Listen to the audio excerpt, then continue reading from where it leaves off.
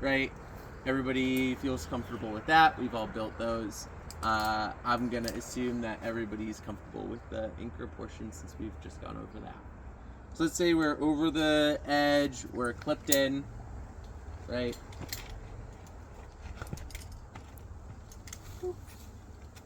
Right, and we're comfortable, we're PAS'd in, right? So now what I have to do is I have to set up to belay, okay? Who here knows what a shelf is on an anchor?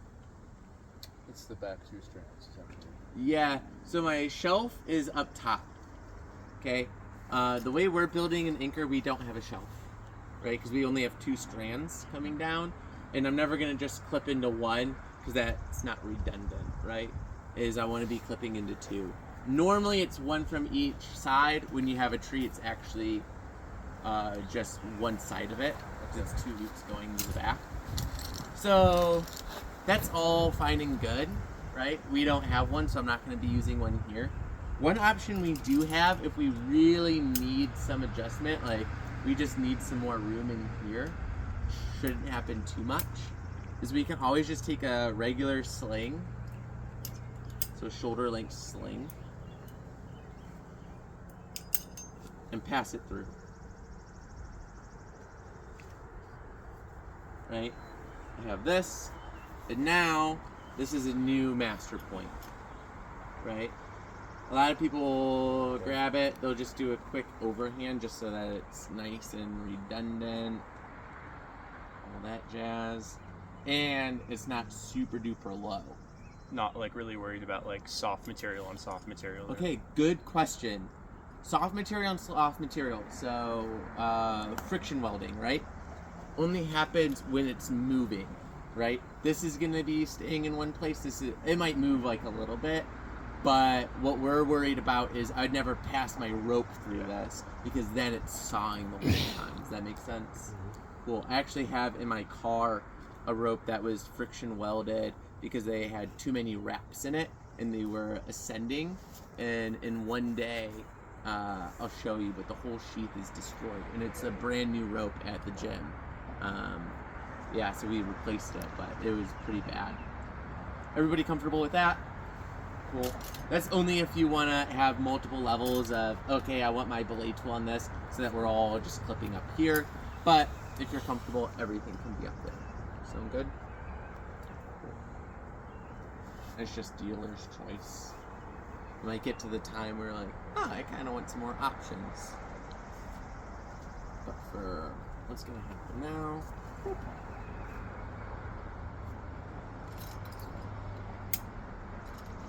alright, I'm going to first show with the gree-gree, okay? And then I'll show with a tube style after that. The tube style is a little bit more involved, okay? But I know that that's kind of what you have, and I know all of you also have it. Most people do. So gree-gree, all I'm gonna do is I'm gonna grab it, and I'm gonna load it up like I'm about to climb. But instead of going to my harness, I'm going right to my anchor. So I grab my rope, carefully so I don't drop it down into the abyss of nowhere, right? I load it up to where the climber's on top.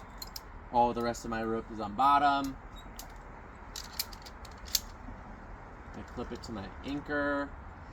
Being mindful that I want to make sure that I never put the gree-gree in a position where the cam will be locked in. Especially like on a rock, you don't want it being face because I don't want that to be pinned to the wall. Does that make sense? Cool. From here, what I'd do is I'd hand my climber the rope, right? If one of you could be, want to be my climber. Cool, you can just tie in.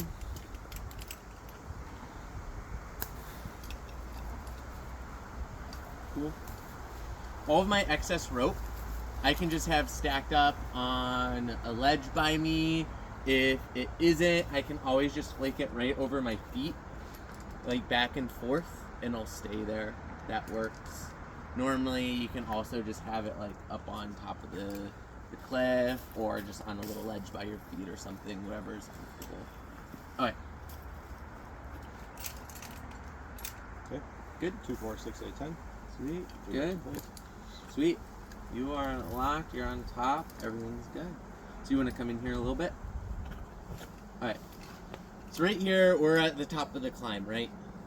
So you use the instructor line, came over. You were still on belay that whole time, and now you're just below.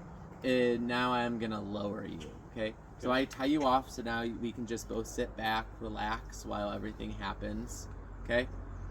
What I need to do is I can't just lower, right? Because where is this brake strand right now? Is it in the brake position? No. So I have to redirect it. Okay. To do that, I need one of two things. I either need a carabiner the same size, or I need a carabiner higher than. Okay.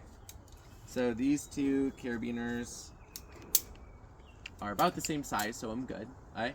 So I either want it same size or smaller, or I need to have it above. Okay? Everybody go with that? Cool. Or else it just does not work. And this is where lowering it down just a little bit makes it to where it works quite a bit better. From here, all I'm gonna do is I'm gonna redirect that brake strand. Boop. Just like that. I'm gonna lock it just because I'm using a locking carabiner, right? I'm doing that, I'm always gonna use that redundancy. And now what I can do is I can undo my knot, put it right by my hip, nice and comfortable position, and then I'm going to pull back on the cam until it starts lowering, and it's gonna lower just like normal, okay? When they get down to the bottom and they're like, I'm good, you're going to disengage it, you're going to undo that carabiner, and now when they start climbing, climb on, is I'm just hand over hand pulling in that slack. Sound good? Yeah. Pretty simple, right? Any questions about lowering or belaying up with a grease? You're not going to leave it in the brake position on that carabiner while they're climbing up. No. Just because like you couldn't really pull the rope through. Yeah, then. if I was here, right, I'm not able to pull any rope in because of the gree. Even like if the cam stops working, works exactly the same as tube style. Yeah. So putting in that brake position stops it. Okay. Now, if I was here and you started climbing, I can just pull through, right? And that's the thing is a lot of people like, do you still use T-bus or anything? We don't use T-bus. What we do is as you're climbing, you're just kind of pulling in and you're just sliding your hands up and down. What's T-bus? Take, break, under, slide. Okay. It's what you probably do when you're in belaying on top rope. Oh, yeah. Yep. Yep. Cool. Thank you. You can untie. Okay. I can give you the rope. Cool. Sweet. Now I'm going to show you with a tube style. It's going to take a little bit more. Okay.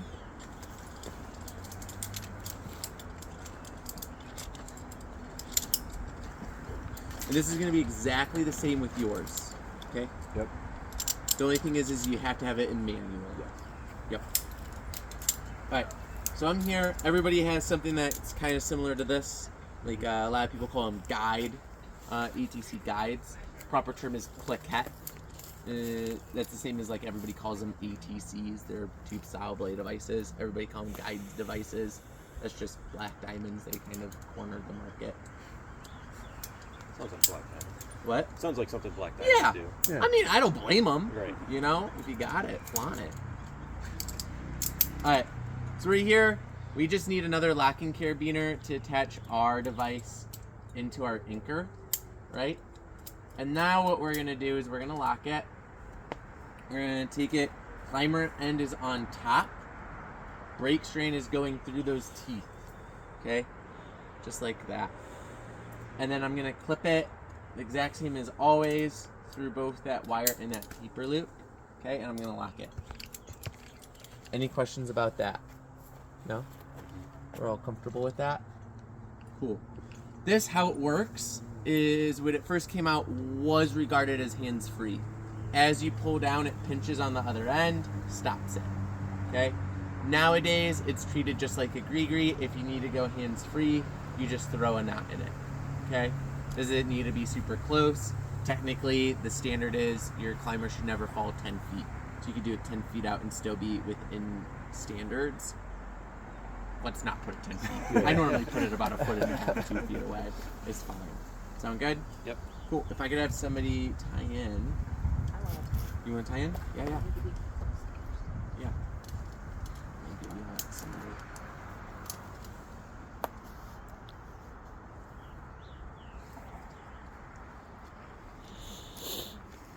What, tie in? I hope so. Comes here. Know how to build an anchor. Climbed outside quite a bit. How do I do it? I don't know how to tie in though. So, First time for everything. right? That's what they tell me. I believe them. That would make you like the best climbing partner ever. Just only knows how to build anchors and belay. You know, just whole time. That's what, when people come into the gym and they fail their belay test, and then they're like all grumpy, but then their partner passes, I'm like, you have the better end of the deal. Yeah. They can belay you can't belay them. You have an out. Every single time I'm at a gym, I'm like, maybe I should just fail. You know? I'll be the last one. Yeah, I'll be the last one who takes it out of all my friends, and then I'll fail. And then they'll be like, oh yeah, sorry. I'm like, but can they blame me? Oh yeah. Okay, so the same. While they're climbing, I'm just pulling in that rope, trying to keep it nice and tight, right? Pretty simple. Everybody good with that? Exactly the same as the gree-gree. The only difference is, and you can sit back a little bit if you want, is going to be lowering. Okay, I don't have a nice little handy-dandy hole. Some people use their, anybody have a nut tool? I think he's perfect. A lot of people use this and they go in and they use it as like a leverage to try to tilt it. It's like a light switch, okay? Not the greatest. The other thing a lot of people do is they just grab a carabiner, again, right into it, tilt it back, trying to do it, but again, it's like a light switch. Meaning it's all or nothing, basically. Yeah, it's all or nothing. Yeah. The pivot by BD is the only one that this actually moves. It makes it a little nicer. Still, I would not say good. Okay? So that's why I'm not going to teach you to just like, oh yeah, throw a carabiner in there, tilt it back, because they could just start going down. Okay? What we're going to do is we're going to defeat it, but we're going to use our body weight. Okay? So all we need is a double length sling. Okay? And we're going to girth hitch it into here. A nice thin Dyneema one fits nice and perfectly through. We're going to do that. Sound good? Everybody good so far? Now what we're going to do is we're going to redirect it. Okay?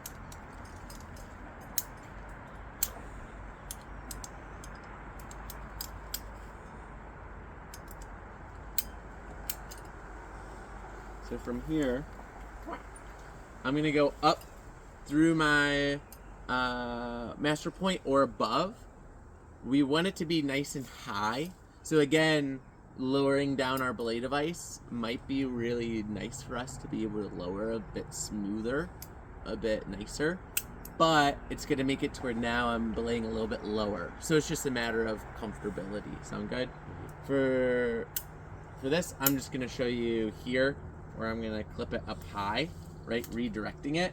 Then I'm going to come down and I'm going to put in a nice little knot.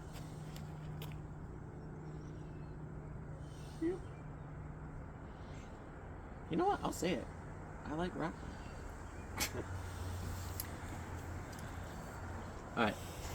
Notice how high up this is, right? What I'm going to do with this is I'm going to attach a carabiner. I'm going to lift up and I'm going to clip myself into it. Now, with my body weight, as I sit down, it tips it back. Right? Everybody good here? Alright. Now what we're going to do is, now this is essentially my lever. Now I'm going to do the exact same as the gree-gree. I'm going to redirect it.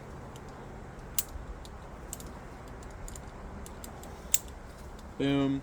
I'm also going to add a third hand. Okay? Just because it can start getting away from you, and it's not a matter of, oh, like, what if? Like, oh, just let go or something and the cam might re-engage. This is a matter of, oh, if you do anything wrong here, it's probably they're gonna keep going down. Whereas if you like sit back up, yeah. So this is where you're saying the gree really shines. Yes, is lowering, Okay. because look at how complicated this Yeah, is right that's now, a lot. right? It's essentially, all we're doing is we're redirecting it with one other thing to make a lever, but it adds quite a bit of complexity. So now what I'm doing is if you sit, right? Right? It's nice and tight, right? As soon as once I lower, it negates it. So now the rope can run freely through. So you can, I gotcha. Now, to lower, I grab this, and I just slowly let out rope, and it'll go down. Okay? If at any point I let go, and I'm still weighted in, capturing it, my third hand stops it. As soon as I want to keep going, I just have to feed a little bit of rope. Alright, once they get down to the bottom, what I have to have them do is get off of the rope real quick. And once they're kind of off of it, I undo the redirect. And I undo my pole as well. And with this, a lot of the times what I do is I just clip it back up out of the way. To where now, again, it's in guide mode. I pull them in. I tell them, you can start climbing. Does that make sense? It's out of the way, and so it's not actually gonna tip it up. Does that make sense? Like I said, this is something that the gree really shines in, is being able to do this. And really any camming device like that. Does that make sense? Any questions? Would you take your third hand off then, or would you keep it on there? You can take it off. That's typically what I do. The nice thing is we're just going to be throwing in. So it's one of those things you can always do at the end. It's not going to be a big deal if you did it.